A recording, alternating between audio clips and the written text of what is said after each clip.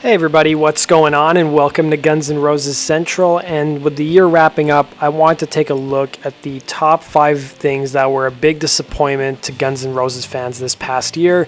I want you guys to share your list with me down below in the comments section below.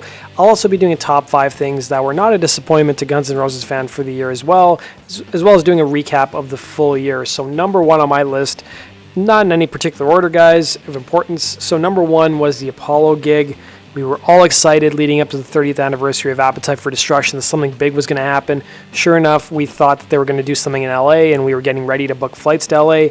And then out of nowhere, Guns N' Roses announces they're playing the Apollo in July of 2017.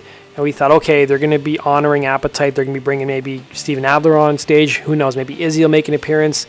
And none of that even happened, and the band didn't really even acknowledge the 30th anniversary of Appetite during the actual concert, and the set list was the exact same that it has been for pretty much the good part of the year.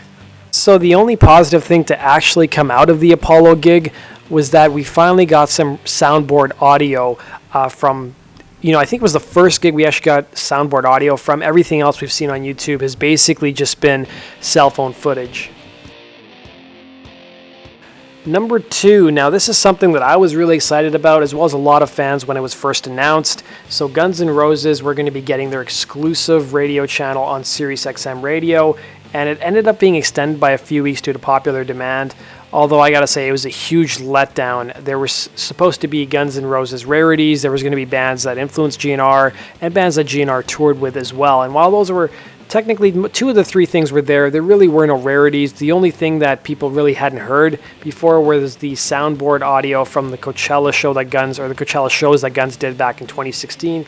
Everything else was stuff that's widely available on YouTube. There were no rare demos that we hadn't heard. There was no rare tracks, which was really disappointing. And while the channel did feature little snippets of interviews with Duff and Slash, there was really not much else to listen to, and a lot of the songs were just repeating themselves too often. I can't tell you the number of times I had heard Civil War played on that station within the span of a couple hours. So that was a huge disappointment. I wish they would have done so much more with the channel. Look at what they did with Pearl Jam's channel, the Grateful Dead channel, and even the Beatles channel they had on SiriusXM. 2016 seemed to be a really good year for Steven Adler, but 2017, while he was out promoting his mom's book and promoting some of his own projects, sadly he did not make a single appearance with Guns N' Roses.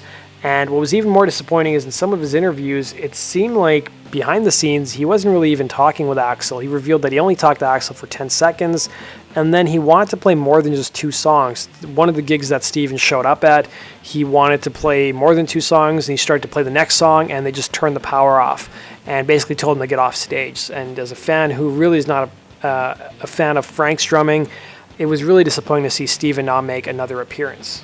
Number 4, this is probably something that a lot of fans are going to agree with me on, I think, and that is the set list. The set list, especially ever since May, has been the same songs pretty much over and over again.